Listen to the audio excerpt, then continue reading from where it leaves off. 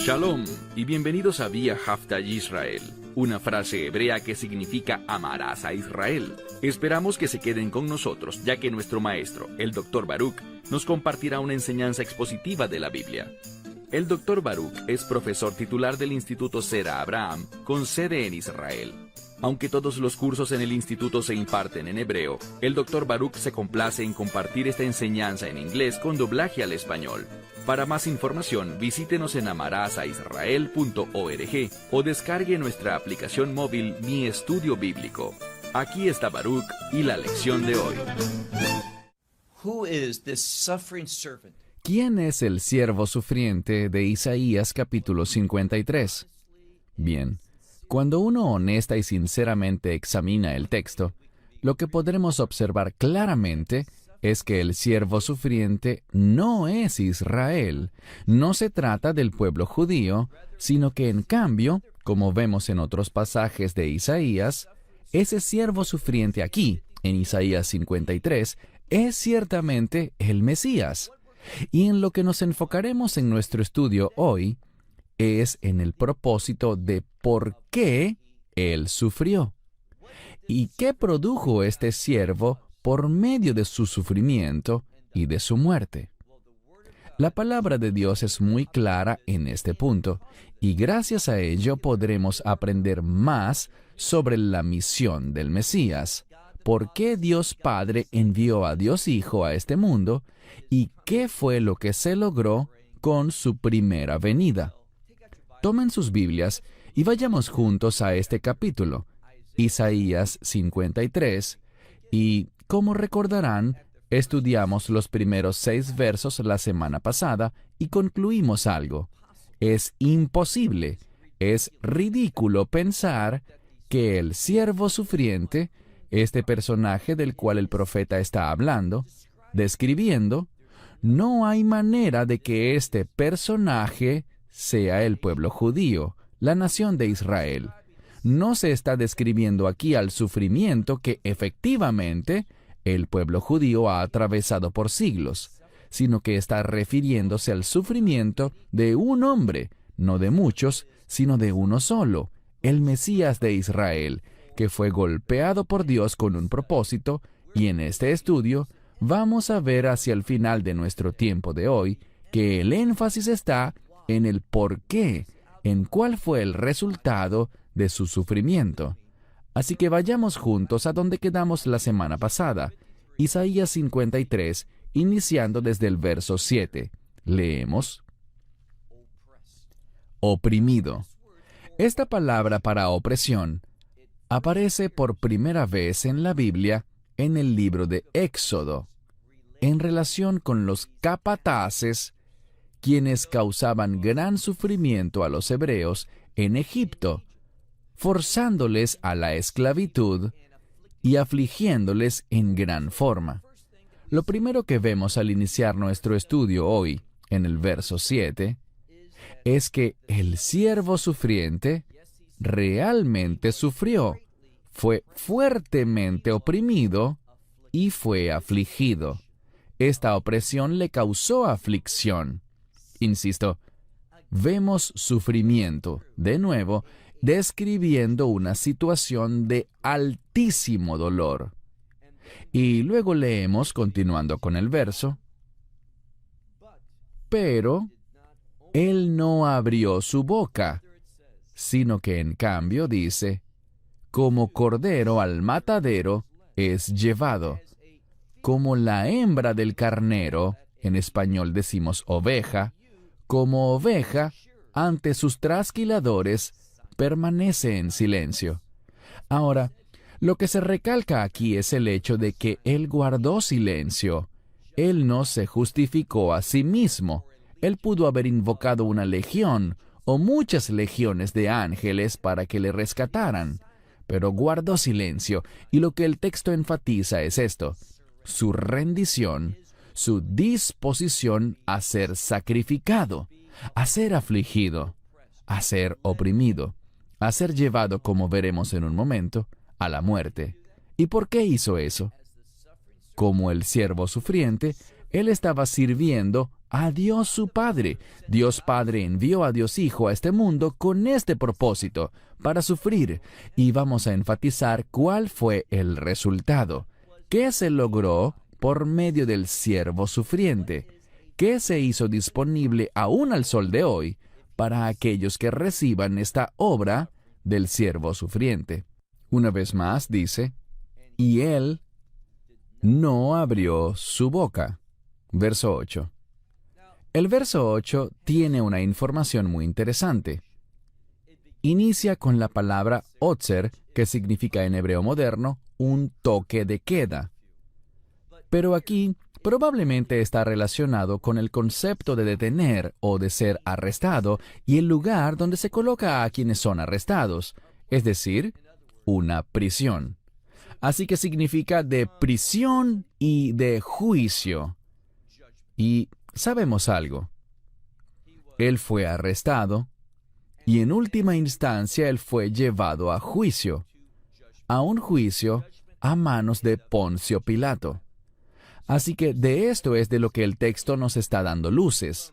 De prisión y de juicio fue tomado, y luego dice, y sobre su generación, ¿quién está discutiendo? ¿Quién está hablando de él?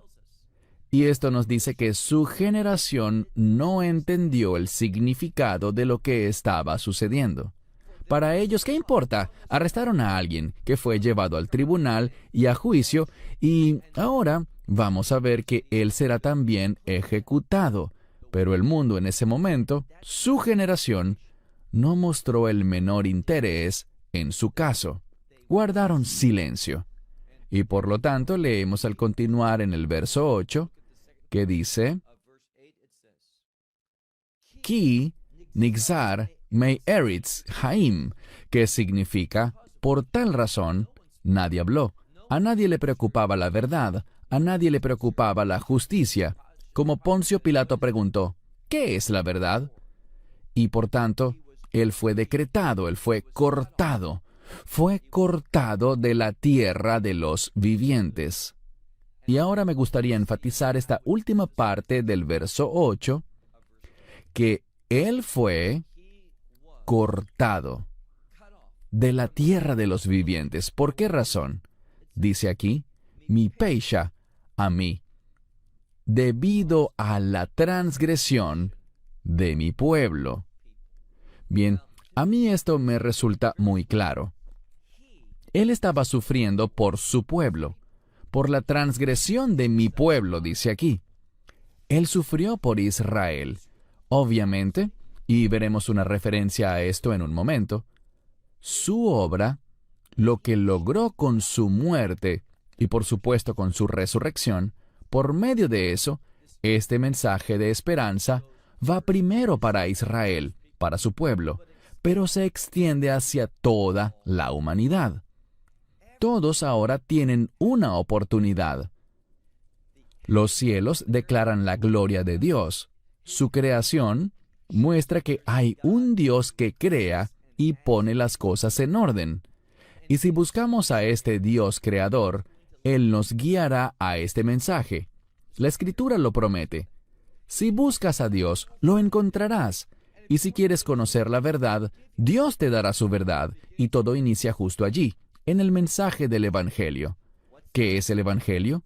Que Él fue cortado de la tierra de los vivientes.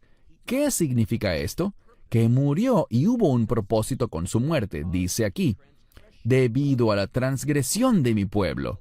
Y vamos a entrar al final del verso 8, pero primero, una de las cosas que me molestan es que cuando se escribe algo en la Biblia y no se trata de algo difícil, vas y revisas la construcción gramatical y entiendes lo que quiere decir, pero por alguna razón lo traducen incorrectamente. Es un error voluntario. No se trata de un descuido, no es un tema de ignorancia. Y tú me dirás, ¿cómo puedes estar tan seguro? Porque, por ejemplo, si acudes a uno de los recursos de estudio que están disponibles en Internet, y hay muchos buenos que podemos utilizar, pero debes tener cuidado, porque Muchas veces las organizaciones que publican estos recursos de estudio realmente no están conscientes de su contenido. Solo ven una corta descripción y lo suben. Y aunque mucho de lo que dicen es útil, no son perfectos porque es obra de hombre y no obra de Dios. Y lo que quiero decir es esto. La Biblia dice, debido a la transgresión de mi pueblo. Bien, mi pueblo, esta palabra para a mí, mi pueblo, está en singular. Usualmente la palabra para pueblo, en hebreo, podríamos decir, el pueblo va a tal sitio. Y en español diríamos, ellos van. Pero en hebreo debemos decir, él va, porque en hebreo pueblo siempre es singular. Ahora, un elemento bastante peculiar que tiene el idioma hebreo es que muchas veces esta palabra en la Biblia, será utilizada junto a un verbo en plural. Así que también puede suceder ese caso en el texto hebreo. Pero aquí tenemos algo un poco diferente. Si te fijas bien, dice, Él fue cortado de la tierra de los vivos. ¿Por qué? Por la transgresión de mi pueblo. Y luego dice, Él fue golpeado. Nega, lamó. Ahora, lamó significa por ellos. Si utilizas recursos de estudio como por ejemplo Bible Hub, lo podrás ver en su Biblia interlineal. Pero en ocasiones, las Biblias interlineales no son realmente lo que aseguran ser.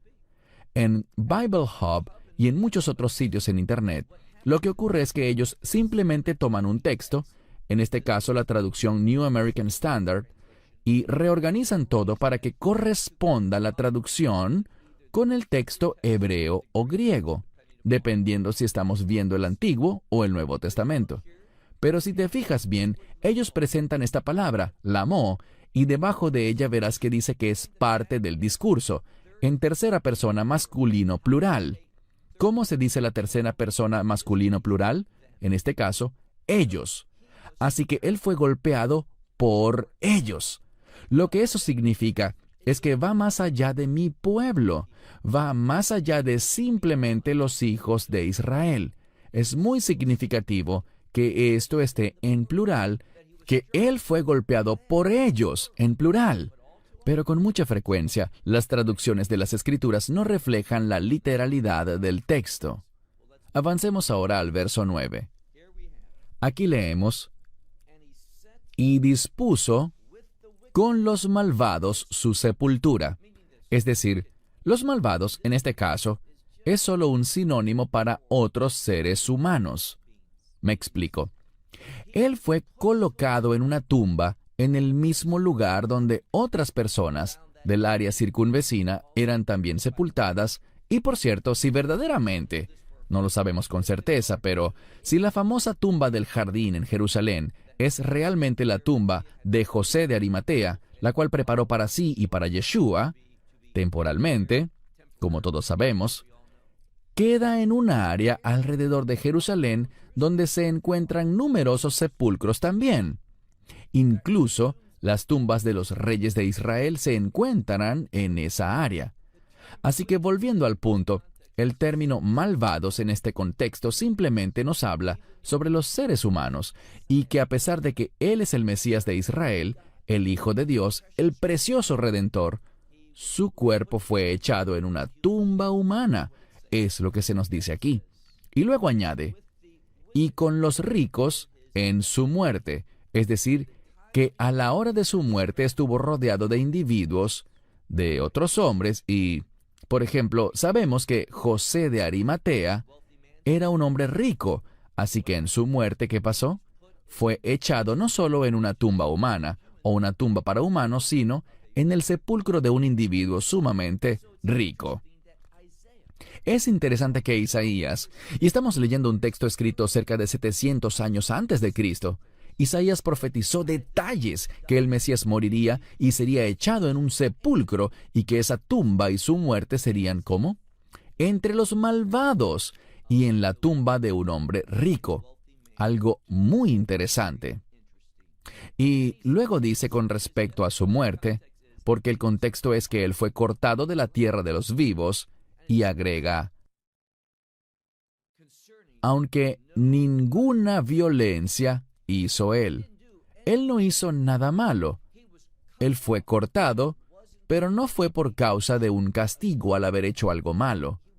Él era inocente, y por eso es que esto está aquí, para decirnos que su muerte pudo ciertamente beneficiar a aquellos que son transgresores, pues él fue inocente, y murió siendo inocente. Y luego dice, Veiló mirma veifif, que significa, no había engaño en su boca. Él hablaba la verdad. ¿Qué decía Isaías anteriormente? Decía, ay de mí que soy hombre inmundo de labios, y que habito en pueblo inmundo de labios. Él entendía que en algún momento de nuestras vidas, los seres humanos diríamos cosas que no son verdad. Decimos cosas que son mentira. Esa es una plaga de la humanidad, pero no de él. Él nunca dijo nada que fuese engañoso.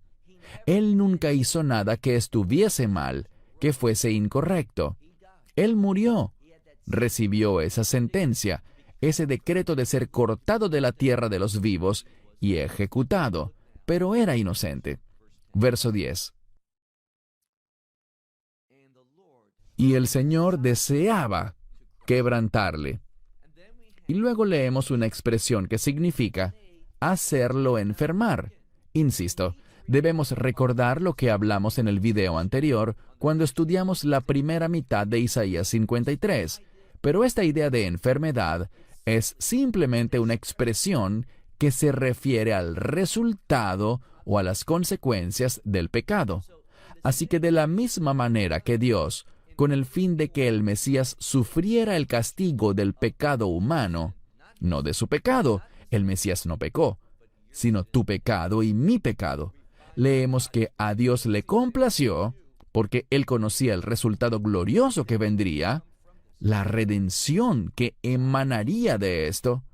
Por tanto, a Dios le complació quebrantar a su Hijo unigénito. Fue su voluntad, por el maravilloso resultado que eso traería, la salvación. Y aquí simplemente dice que Él lo hizo enfermar. ¿Cómo entendemos esto? Él tuvo que lidiar con las consecuencias del pecado, pero una vez más, no de su pecado, sino del tuyo y del mío.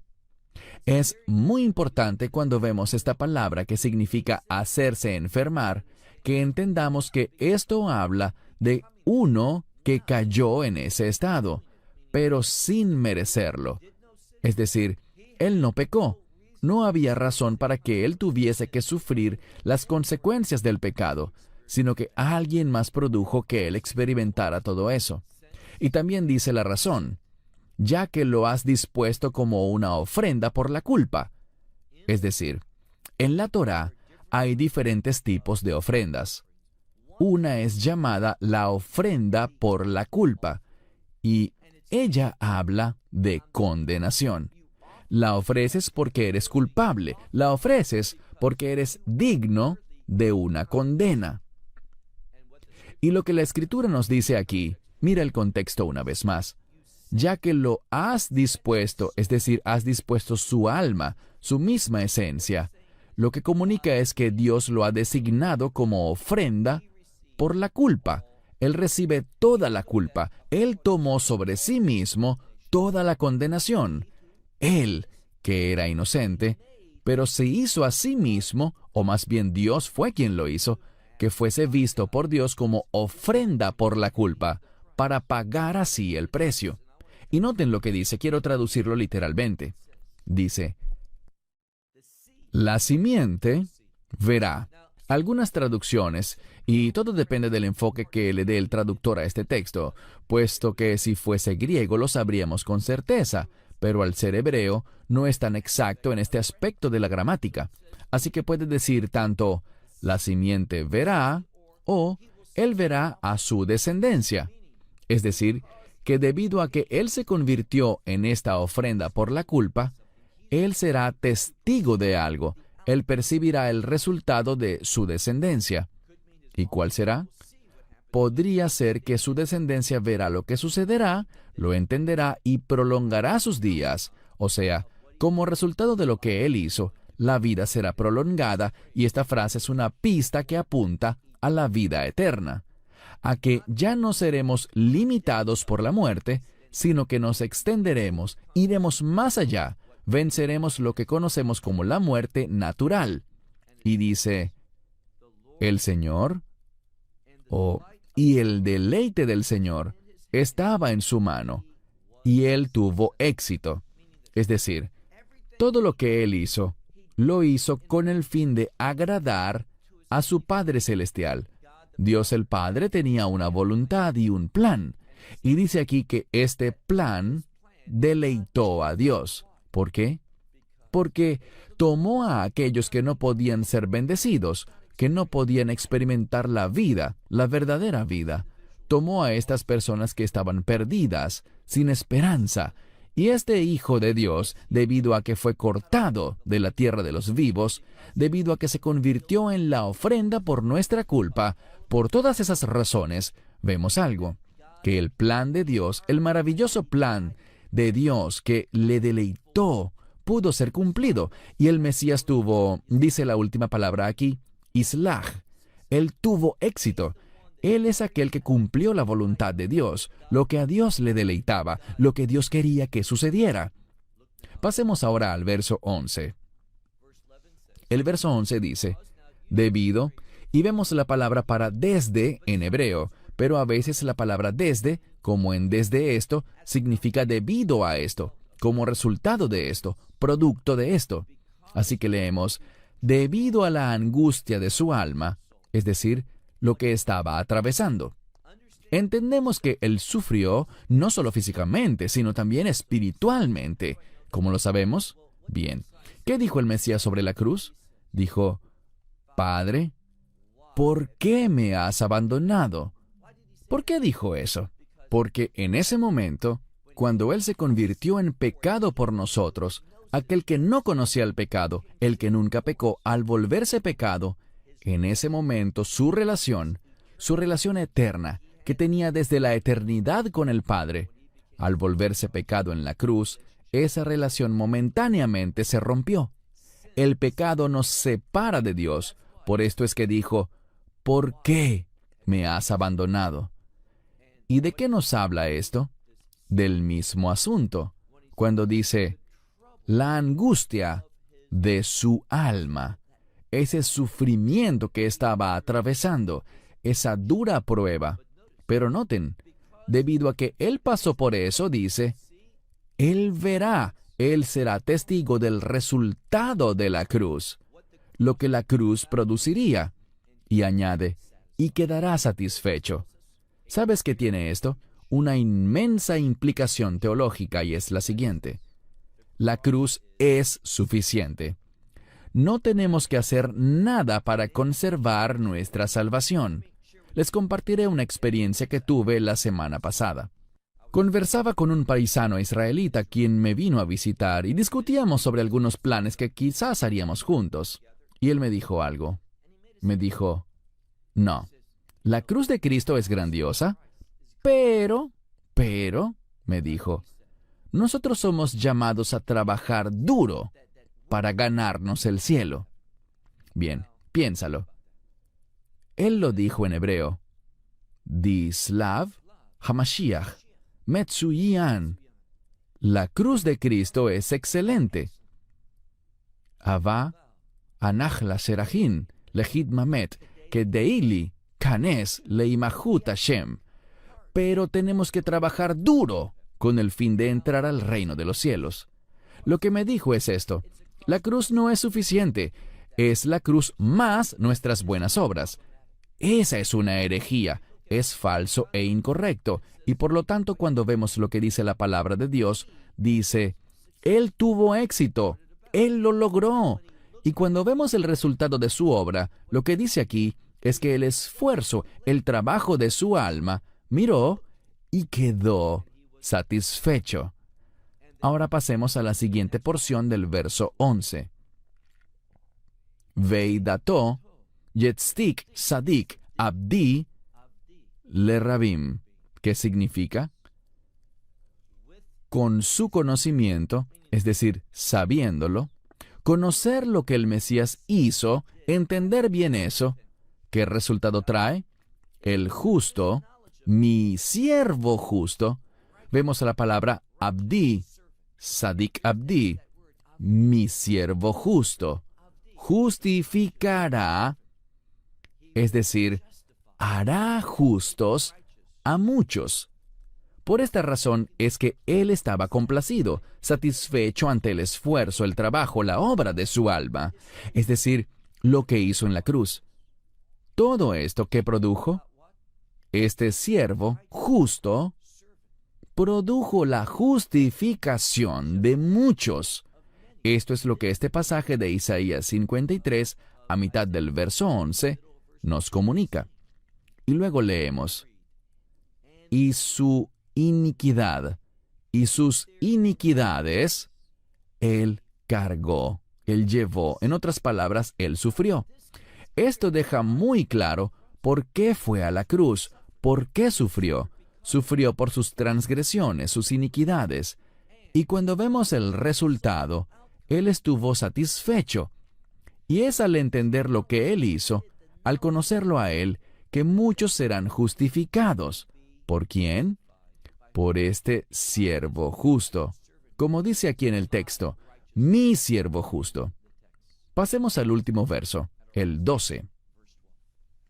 Simplemente les diré al entrar a este verso final, que cuando estudiamos estas cosas y nos preguntamos, ¿qué significa esto? ¿Cuál es el contexto para entenderlo?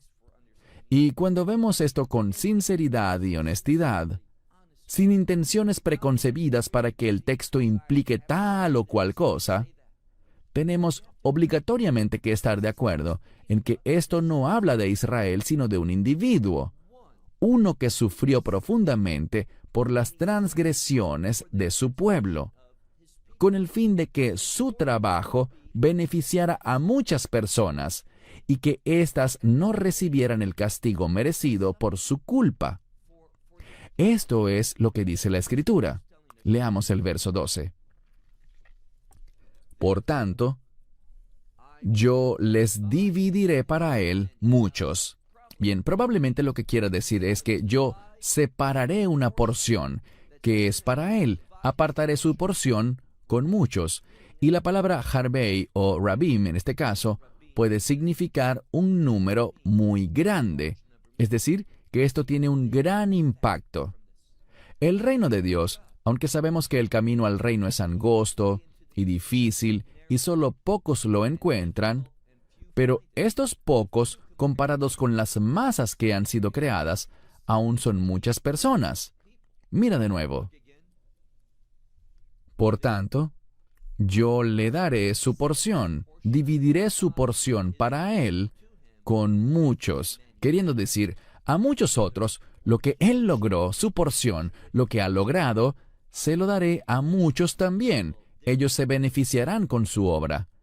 Y con los fuertes, bien, esto puede significar fuertes o el término atzum, gigantesco, un gigantesco número. Dice que él dividirá los despojos. Insisto, esto es un texto poético. Esto no hace sino reforzar lo que hemos leído anteriormente, que Dios el Padre dividirá la porción, el resultado, lo que logró, Él lo dividirá entre muchos. Los beneficios de esta guerra que Él ha ganado, y en verdad fue una guerra espiritual, aquí vemos el término chalal. Chalal es el botín, los despojos de la guerra. Serán divididos entre un gigantesco número de personas. Eso es lo que la Escritura nos dice. Y vemos que esto es a cambio, este resultado es a cambio, y leemos la palabra Geirá.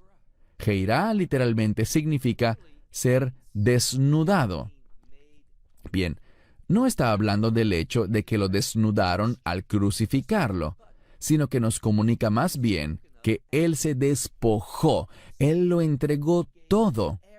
Y hay otro aspecto, y es que Él soportó la vergüenza. El desprecio fue echado sobre Él. Él fue burlado, fue ridiculizado, como muchas Biblias lo traducen y lo expresan de una manera correcta, y estoy de acuerdo como lo describen, y dice así: a cambio del hecho de que Él derramó, y la implicación es, Él se derramó a sí mismo, entregó su vida totalmente, se vació por completo, hasta la muerte. Bien, el concepto de a sí mismo se encuentra en esta palabra, nafsho, en su misma esencia. Así que se vació, se derramó, entregó su misma esencia, y lo hizo sin reservas, hasta la muerte. Y luego dice, y con los transgresores fue contado. Esto significa simplemente que Él fue crucificado entre dos ladrones, pero también significa que Él fue condenado como un pecador por el Sanedrín. Él fue condenado de esa forma, aunque no era lo justo. Ellos no lo juzgaron correctamente, pero así era como el mundo lo veía. Él fue condenado y la Escritura lo había predicho. No fue una sorpresa para Dios, nada lo es, que Él fuese contado entre los transgresores. Pero noten lo que eso produjo. Última parte del verso. Behujet Rabim. Y Él, el pecado de muchos. Bien, el pecado aquí es un término inclusivo, todo pecado. El pecado de muchos, todos mis pecados, todos tus pecados, si eres creyente, dice, y Él, los pecados de muchos, llevó. Finalmente dice que por la transgresión, Él intercedió por los transgresores. Debido al hecho de que hemos transgredido la ley, que somos culpables, pecadores y transgresores, ¿qué hizo Él por nosotros? Él ahora, debido a lo que logró en esa cruz, y tras el hecho de que Dios lo levantara de entre los muertos, ¿qué hace Él ahora? La Escritura lo dice e Isaías lo menciona aquí, al final del capítulo 53. Él hace intercesión por nosotros. Nosotros somos los culpables, pero hemos sido justificados por su obra, por la fe y por aceptar lo que Él hizo. Por donde quiera que miremos Isaías 53, apreciamos una maravillosa descripción que nos habla de lo que el Mesías atravesaría, lo que experimentaría, lo que lograría. El resultado de su labor se describe aquí de una manera asombrosa, acertada y señalando muchos detalles, con el fin de que la gente pueda reconocerlo. Pero de nuevo, ¿qué sabemos? Al pueblo no le interesó la redención. No le preocupó su condición de pecado. Y esto es realmente lo que marca toda la diferencia en cuanto a la eternidad. Puede que yo caiga bajo convicción y diga, oh Dios, soy culpable, te pido perdón. Yo no quiero sufrir las consecuencias de mi pecado. Necesito tu misericordia, necesito tu salvación. ¿Dónde está el Salvador? Y cuando alguien de manera adecuada se acerca a Dios con esa actitud, la verdad le será revelada y podrá entender este evangelio de la verdad. Dios le enviará a alguien o le hablará directamente por medio de su Espíritu Santo, de alguna manera. Cuando le decimos, oh Dios, ¿dónde está mi Salvador? Cuando somos como Job y decimos, yo sé que mi Redentor vive, vamos a conocerlo, vamos a entenderlo. Dios nos guiará a su verdad. Él es fiel. Así que pregúntate al leer este capítulo 53 de Isaías, ¿sientes paz tras estudiarlo por completo y afirmar, sí, el siervo sufriente, mi siervo justo, es el pueblo de Israel, es el pueblo judío? ¿Es esto lo que dice aquí? ¿O será que cuando dice mi siervo justo, se refiere al Mesías, al que vino a este mundo tomando forma humana, viviendo una vida sin pecado, pero que sin embargo fue crucificado como un pecador, siendo inocente? Y el hecho de que este hombre inocente muriera, tomara el castigo que debía recaer sobre nosotros, nos permite tener verdadera libertad y que podamos conocer la salvación eterna. Un gran capítulo que nos muestra la verdad con respecto a la obra y la identidad del Mesías Yeshua. Shalom desde Israel. Esperamos que te hayas edificado con el mensaje de hoy y lo compartas con otros. Te invitamos a seguir nuestros estudios cada semana por este canal y por el portal de YouTube de Amarás a Israel. También puedes descargar nuestra aplicación móvil gratuita, Mi Estudio Bíblico. Finalmente, para obtener más información sobre nosotros, visita nuestra web amarasaisrael.org, donde encontrarás otras conferencias de Baruch en audio, video y texto. Hasta el próximo programa. Que el Señor te bendiga en Yeshua HaMashiach, Jesús el Mesías, mientras caminas con Él. Shalom desde Israel.